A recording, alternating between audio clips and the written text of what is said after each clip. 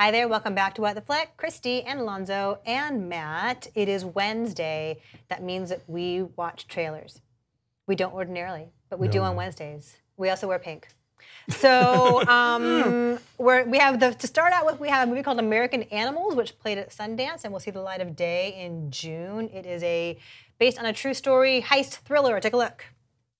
This would be something dangerous and very exciting.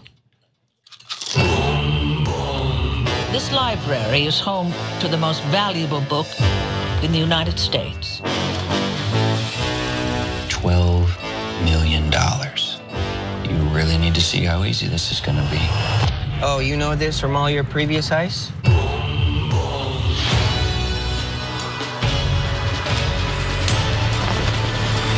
Can I just say how dumb this entire thing is? How do you know no one's gonna get hurt? I don't want you waking up years from now wondering what could have happened and who you could have been. Are you sure you're okay? Come on! Oh, this is my life. This isn't some game.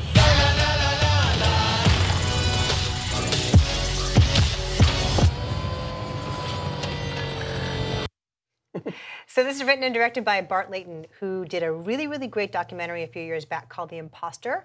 Remember that? Didn't see it. I don't want to give away what happens in The Imposter, but it's about somebody who is a kid, just disappears, and then the kid comes back, but it may not be who or what you think it is, and it's a documentary that's like got the tone and the look of a film noir, and it's really gripping and really suspenseful. So the people who have seen this movie at Sundance say that this also has kind of a great style and a great flair to it. It's got a good young cast. Barry Keoghan, who was Keoghan. Is it Keoghan? Is that how you say Keoghan, it? Thank you very much. For that, he was great in Killing of a Sacred Deer. And Blake Jenner.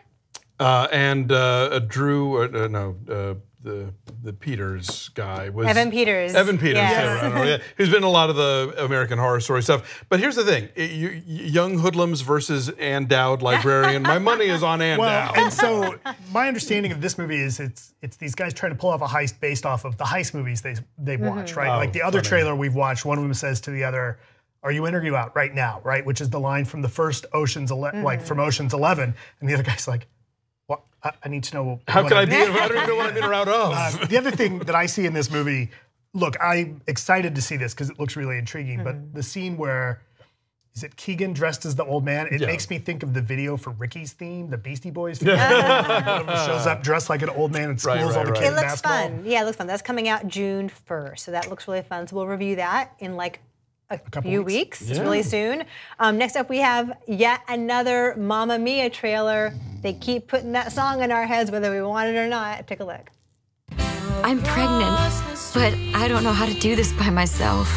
Your mother is the bravest person we ever met. Look at my baby. Let me tell you how she did it.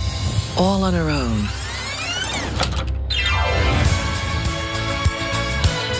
Life is short. The world is wide. I want to make some memories. This dress might look very pretty on... You really don't know me at all, do you?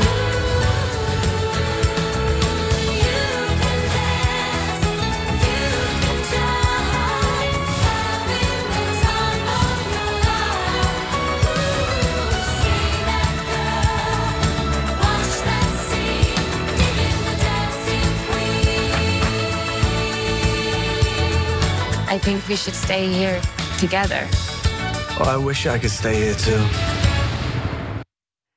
Yeah, I'm really sorry you're gonna have all the songs in your head all day. This is an occupational hazard for us all. So this trailer we just saw did not have Cher in it. The most recent trailer There's a new final trailer. Has a lot of Cher. Cher is supposed to be Amanda Seyfried's grandmother. She's the oversharer. So wait, mathematically, does that make sense? She's supposed to be Meryl Streep's mother. Can Cher be Amanda Seyfried's grandmother? Mathematically? That probably, yes, but not Meryl Streep's mother. Right. So So 10 years ago, the original Mamma Mia came out, and it made so much money, you guys. Yes. It made $610 million worldwide. No, the vast majority of that outside the U.S. You know, it's the highest grossing film in UK history, at least it was at the time, like higher than any of the Bond movies or any of the Harry Potters. It's crazy. I'm guessing that, no, I was going to make a joke, but it'll ruin the Avengers. But this is basically Mamma Mia Infinity War, right? And Cher is playing Thanos. Oh, if only. Oh, yeah. Shows up it's a lark, you know. People who do serious work get to be goofy. It was the flimsiest of plots that we're now somehow going to repurpose into 2 plots, the prequel to the mom story to explain why Meryl Streep is in this movie, and then the Amanda Seyfried plot. And I don't care about any of this. It's very strange. I'm sorry. I like musicals, and I'm a dyed-in-the-wool homosexual, and I do not care about this movie. I'm sorry. You would seem to be the target audience. Right? And if not me, who? Come on. And if not now, when? Thank you. Thank you, Hannah Arendt. So why don't you like ABBA? I love ABBA. I don't want to hear these clowns butcher these songs. If you want to hear a bunch of ABBA songs, I got them in my iTunes. Right. I don't need this. I don't need the Stellan Skarsgård version, you know. I will say that the first one was kind of fun, seeing Meryl Streep like rolling around in a barn in overalls singing. Sure. There was a giddy kind of exuberance about it that was kind of charming, but apparently she's not in this one, and instead you get Cher. Okay, we have another movie to talk about that's going to be super fabulous, and it stars Alonso. No! I'm sort of in it a little. It's a documentary and Alonso's in it. It's called The Fabulous Allan Carr. Take a look. My guest is one of the most talented driving forces in the entertainment business today. Glamour is entertainment. That's what entertainment is about. His Hollywood parties are almost as famous as his movies. He was a producer, but he was also a star. People wrote articles about him. People wanted to get to know him. As a child, I would watch Merv Griffin, so I remember seeing Allan Carr on the show. Hi, Uncle Merv. And Allan was not shy about his achievements. I did the movie Grease. I don't know if people know that. Grease burst out of the gate the summer it opened. Kids ate it up with a spoon. The songs became part of the national consciousness. Allan turned this movie into a worldwide party. He told them what to wear and how to dress. He was like the star maker. You have this flamboyant gay guy who managed to make things that people went crazy about. Roll it. I turned my laundry room into an Egyptian deco discotheque. So it was like going to Studio 54 if it was in Cairo.